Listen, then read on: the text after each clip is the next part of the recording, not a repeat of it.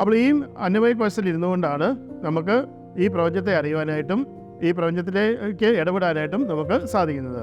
അപ്പോൾ നമ്മൾ ഈ അന്നമയ കോശത്തിൽ ഇരുന്നുകൊണ്ട് പ്രപഞ്ചത്തെ അറിയുക എന്ന് പറയുമ്പോൾ നമ്മുടെ പഞ്ചേന്ദ്രിയങ്ങളിലൂടെയാണ് നമ്മൾ ഈ പ്രപഞ്ചത്തെ അറിയുന്നത്. അതായത് നമ്മളുടെ 5 ഇന്ദ്രിയങ്ങളിലൂടെയാണ് നമ്മൾ ഈ പ്രപഞ്ചത്തെ അറിയുന്നത്.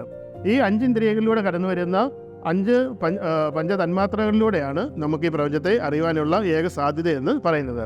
അതായത് നമുക്ക് ചുറ്റിനും ഒരുപാട് രീതിയിലുള്ള സൂക്ഷ്മമായ തന്മാത്രകളുണ്ട്. പക്ഷെ നമുക്ക് അറിയുവാൻ പറ്റുന്നത് ഈ പറഞ്ഞ 5 തന്മാത്രകളെ മാത്രമാണ്. അതായത് രൂപം, രസം, അതുപോലെ തന്നെ ശബ്ദം, അതുപോലെ തന്നെ ഗന്ധം, സ്പർശം, ഇങ്ങനെ 5 തന്മാത്രകളെയാണ് നമുക്ക് അറിയുവാനായിട്ട് സാധിക്കുന്നത്. എന്നാൽ നമുക്ക് ചുറ്റിനും ധാരാളം റേഡിയോ തരംഗങ്ങളും അതുപോലെ തന്നെ മറ്റ് പല രീതിയിലുള്ള തരംഗങ്ങളും നമ്മുടെ ചുറ്റിനുമുണ്ട്. എന്നാൽ അങ്ങനെയുള്ള വേവ്സിനെ ഒന്നും നമുക്ക് അറിയുവാനായിട്ട് കഴിയില്ല, അല്ലെങ്കിൽ അതിനുള്ള സെൻസ് നമുക്ക് ഇല്ല എന്നുള്ളതാണ് വാസ്തവം.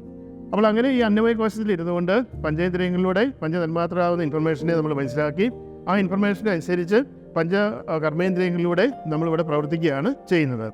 അപ്പോൾ അങ്ങനെ ഈ ഇൻഫർമേഷനെ പ്രോസസ്സ് ചെയ്യുന്ന ഒരു യൂണിറ്റായിട്ട്, ഒരു ഫാക്ടറി ആയിട്ടാണ് നമ്മൾ ശരിക്കും നമ്മുടെ അന്നമയ കോശത്തെ നമ്മൾ കാണുന്നത്.